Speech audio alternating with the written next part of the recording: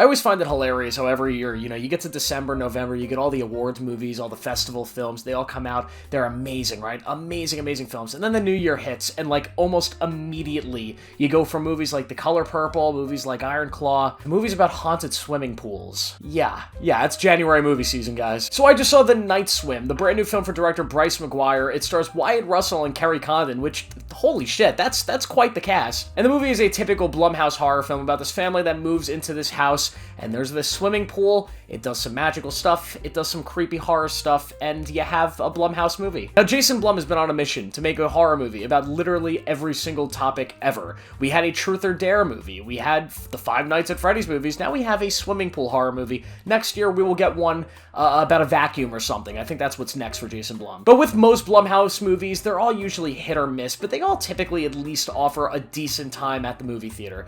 And I will say, at the very, very least, Night Swim is a fun time at the movie theater. I had so much fun watching this movie, but it's not good. I do want to preference before I really start tearing into the stuff that I don't like. I'm usually easier and not very hard on horror films like this, smaller horror films, because these are movies that are typically made by either newer filmmakers or very small filmmakers who are just trying to do something creative and trying to break into the industry. I'm not going to shit on them. Sometimes these movies work, sometimes they don't, and I respect the effort that went in to Night Swim, even if I don't exactly understand why this was made. First off, the film does have an amazing cast. Wyatt Russell, Kerry Condon. Wow, what a 1-2 punch. And, they do their best with what they're given.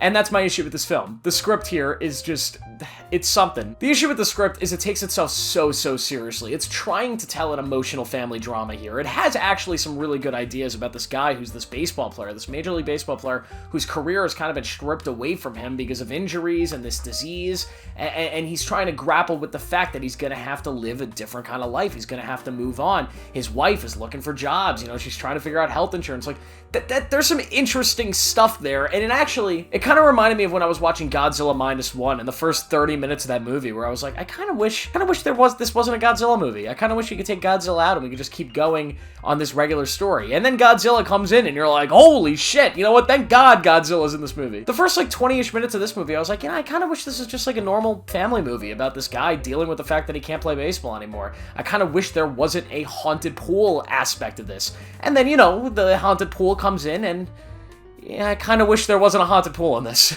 It's a really strange concept, the idea of this pool that's haunted, and I will say they kind of go into some stuff that lore-wise and from a conceptual standpoint of how it actually works, how the pool actually works.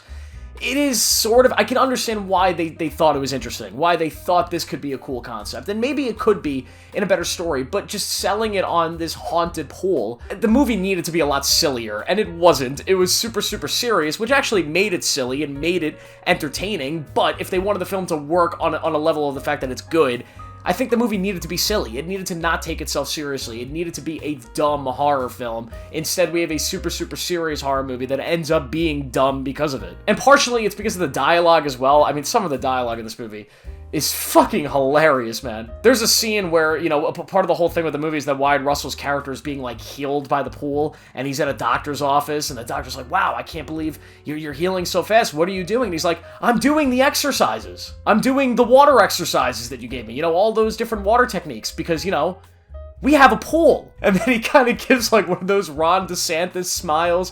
It's hilarious, and there's so many different points of the movie that are like that. It's amazing. Another thing I didn't love about this movie, though, it's also just not scary. I usually give a lot of horror movies a pass if, the story's not good, the characters aren't great, if at the very least they have some decent and creative scares. There was one in this movie early in the film where the person was swimming and the camera kind of moves back and forth like a POV of theirs. That was a cool shot. I enjoyed that. That's pretty much the only time the entire movie I was like, that was kind of freaky. Everything else is sort of generic and what you would kind of expect. There's really not a lot of, I don't want to say creativity, but a lot of thought or new stuff in the scares here, and it just makes the film not that scary. It also doesn't help that, one of the ghost things looks like the Pillsbury Doughboy, and that made me laugh really hard. But, I feel like rule number one if you're making a horror movie, it has to be scary. That's it. If you could, at the very least, scare the audience, have some scares, have some sort of vibe, at the very least, if you get that across, you will leave the audience with something. And this movie's just not scary at all. There's nothing here that scared me in the slightest. I mean, come on. I also think one of the reasons it's not scary is because of the location. I feel like they needed a creepier pool, and I kind of get why they didn't, because they wanted this to feel like a comfort to the family. They wanted the family to love this pool and want to go in it.